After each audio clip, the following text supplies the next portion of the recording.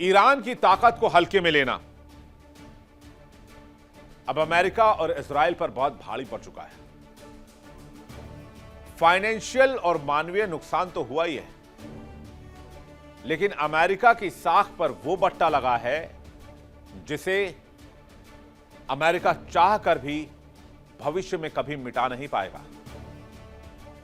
सवाल ये उठने लगे हैं कि क्या डोनाल्ड ट्रंप का देश 21वीं सदी में अपने सुपर पावर के रुतबे को खो चुका है। लोगों के मन में तो यह भी चल रहा है कि क्या अमेरिका वाकई में कोई सुपर पावर मुल्क बचा है। ये सारी बातें इसलिए चल रही हैं क्योंकि ईरान युद्ध के खिलाफ मोर्चा संभाल रहे दुनिया के सबसे शक्तिशाली aircraft carrier Gerald R Ford को पश्चिम एशिया से वापस लौटना पड़ रहा है। जी हां, क्योंकि जेराल्ड आर फोर्ड को बहुत तगड़ा नुकसान हुआ है। इस जहाज में आग लगने की खबर है और इस एयरक्राफ्ट कैरियर को लाल सागर में तैनात किया गया था। तस्वीरें आपके सामने हैं, जरा फुल स्क्रीन तस्वीर देखिए। ये उसी एयरक्राफ्ट की तस्वीरें बताई जा रही हैं जिसे जेराल्ड आर फोर्ड के होने का दावा किया गया है और ये सोशल मीडिया पर तस्वीरें तेजी से वायरल है।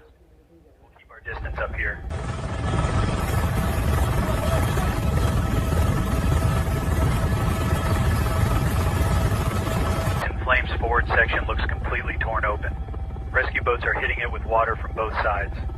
Smoke's climbing fast. We'll keep our distance up here.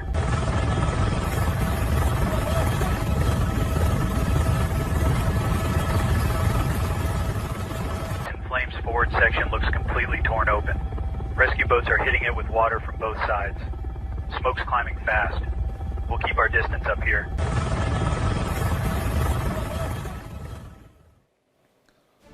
दरअसल इस एयरक्राफ्ट कैरियर को लाल सागर में तैनात किया गया था। इस एयरक्राफ्ट कैरियर का मकसद यह था कि ये ईरान के खिलाफ लड़ाई में एक इंपॉर्टेंट भूमिका निभाएगा और तेहरान को गिराने में सबसे बड़ी भूमिका अदा करेगा। लेकिन अमेरिका का यह समुद्री महाबली जख्मी हो गया और इसे अब यू टर्न मारना पड़ रहा है। जानकारी के मुताबिक Gerald R Ford aircraft carrier के लॉन्ड्री एरिया में भीषण आग लगी। आगजनी की इस घटना में भारी नुकसान होने की बात कही जा रही है, लेकिन कहते हैं यह महज हादसा है। कुछ सोर्सेस तो यह भी बता रहे हैं अंदर की बात कि फोर्ड जहाज में जो आग लगी उसे अमेरिकी सैनिकों ने ही लगाया, क्योंकि अमेरिकी सैनिक भी यह लड़ाई नहीं लड़ना चाहते हैं और इसी वजह से अब इस जहाज को पीछे ले जाया जा रहा है, यहां से निकाला जा रहा है और इसे वापस अब यूएस भेजा जाएगा, जहां पर इसकी मरम्मती का काम किया जाएगा। यानी लिंकन पहले ही जा चुका है, जेराल्ड आर फोर्ड को पहले ही अब निकाला जा रहा है। तो एक बात आप समझिए कि अमेरिका सीजफायर की फिराक में और अमेरिका इजराइल में पहले ही फूट पड़ने की खबर आ रही है। जिस तरह से इजराइल ने एनर्जी सेक्टर को ईरान में निशाना बनाया है और उसके बाद ईरान ने जिस तरह से मिडिल ईस्ट के एनर्जी सेक्टर को निशाना बनाया, तो ये पूरी स्क्रिप्ट अगर आप गोल गोल घुमाएंगे, सारे डॉट्स को कनेक्ट कर देंगे, तो आपके सामने जो तस्वीर उभरेगी वो उभरेगी सीज फायर की।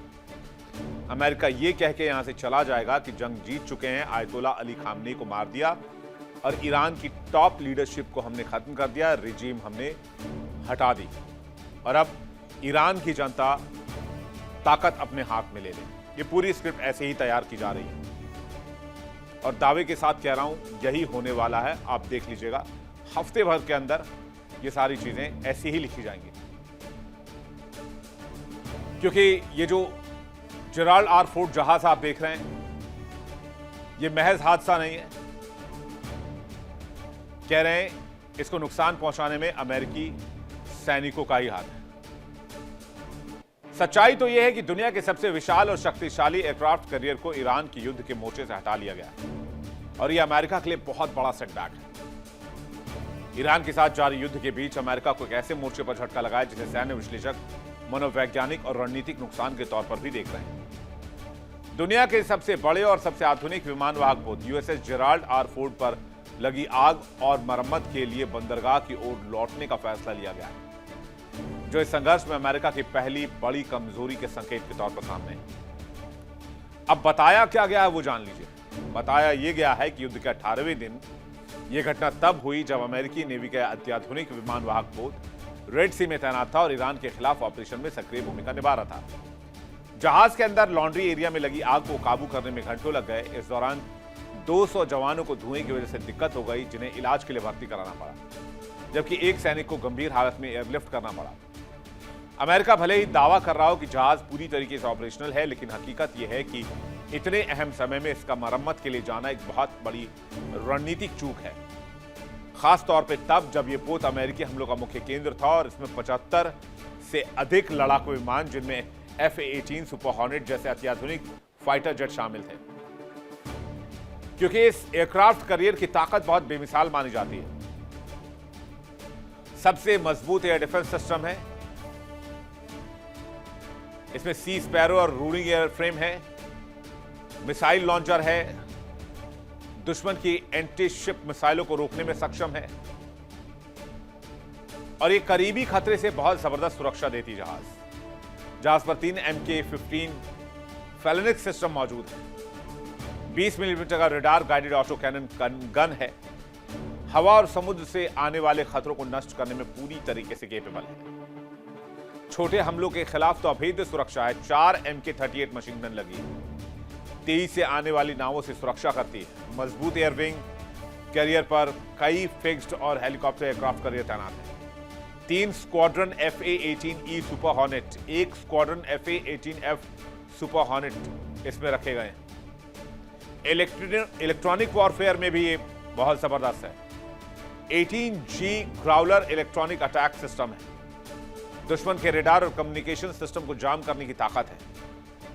लॉजिस्टिक और कमांड कंट्रोल का भी हब माना जाता है। C-2A ग्रे हाउंड विमान तैनात है। समुद्र में रहने के दौरान जरूरी सप्लाई पहुंचाने में भी सक्षम है। E-2D एडवांस्ड हॉक आई पूरे स्ट्राइक ग्रुप को हवाई कमांड और कंट्रोल प्रदान करने का दम देता है। इसमें MH-60 Seahawk multi role helicopter रखा गया है। एंटी सबमरीन वॉरफेयर और स्पेशल ऑपरेशन में इंपॉर्टेंट भूमिका निभाने में केपेबल है। एक्सपर्ट्स का मानना है कि यह घटना केवल तकनीकी खराबी नहीं बल्कि लंबी तैनाती और थकान का नतीजा हो सकती है। USS जेराल्ड आर फोर्ड पिछले लगभग 9 महीनों से लगातार समुद्र में तैनात है और इससे पहले कैरेबियन में वेनेजुएला से जुड़े ऑपरेशंस में भी हिस्सा ले चुका है। इतनी लंबी तैनाती ने जहाज के क्रू मेंबर्स के मनोबल और कार्यक्षमता पर सवाल खड़े किए हैं। इससे पहले भी इस पोत को तकनीकी समस्याओं का सामना करना पड़ा था, जिसमें टॉयलेट सिस्टम की खराबी जैसी घटनाएं शामिल थी। ऐसे में युद्ध के बीच आग लगने की घटना ने अमेरिकी नौसेना की तैयारी, मेंटेनेंस पर भी सवाल उठाए हैं। एक कॉन्स्पिरेसी थ्योरी तो ये भी है कि इस जहाज में आग लगी नहीं, लगाई गई और उसके पीछे अमेरिकी सैनिक ही हो सकते हैं, क्योंकि अमेरिकी सैनिकों का मानना है कि फिजूल की लड़ाई है और इसे अमेरिका को नहीं लड़ना चाहिए। स्ट्रेटेजिक पॉइंट ऑफ व्यू से देखें तो यह घटना ऐसे समय पर हुई है जब अमेरिका ने 28 फरवरी से शुरू हुई इस युद्ध में 7,000 से अधिक ईरानी ठिकानों पर हमले किए हैं।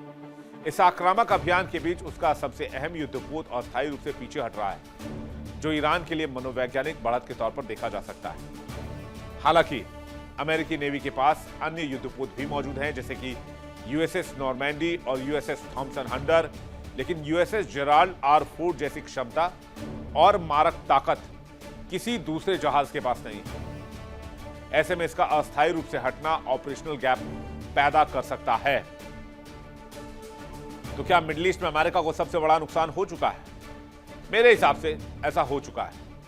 अभी तक 14 अमेरिकी सैनिकों की मौत की पुष्टि हुई, 140 से अधिक घायल हैं, लेकिन जानकार मानते हैं ये नंबर्स इनसे कहीं ज्यादा हैं। अमेरिकी सरकार आंकड़े छिपा रही है। 3 लड़ाकू विमान तबाह हुए हैं, जिसमें F-15E भी शामिल है।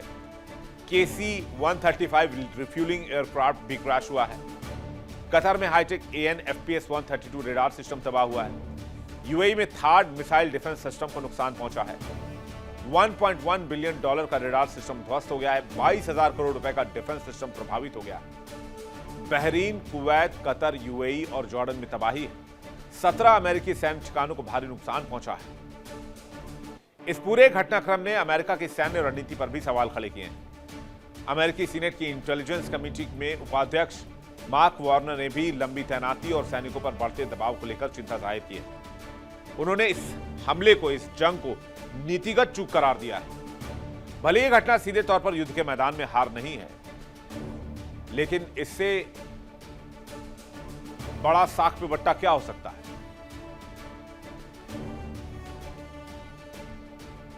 पहली बड़ी रणनीतिक चूक के तौर पर इसे देखा जा रहा है। इससे साफ संकेत मिलते हैं कि आधुनिकतम तकनीक और विशाल सैन्य ताकत के बावजूद मिडिल ईस्ट में अमेरिका का वजूद नहीं है। अमेरिका के पास लड़ाई लड़ने के लिए स्ट्रैटेजी नहीं है, क्योंकि लंबी लड़ाई में मानव संसाधन, मेंटेनेंस और लॉजिस्टिक्स जैसे कई इंपॉर्टेंट फैक्टर होते हैं। ईरान के साथ जारी इस संघर्ष में यह घटना अमेरिका के लिए चेतावनी भी है और उसकी युद्ध रणनीति की कमजोरियों को उजागर करने वाली सबसे बड़ी दरार भी है। तो क्या अमेरिका यहां से अब वापस निकल रहा है? क्योंकि इससे पहले अमेरिका ने इब्राहिम लिंकन की वापसी करवाई और अब अमेरिका जेराल्ड आर फोर्ड लेकर भी वापस जा रहा है। तो क्या ये जंग में अब खात्मे के दौर की शुरुआत होने वाली है?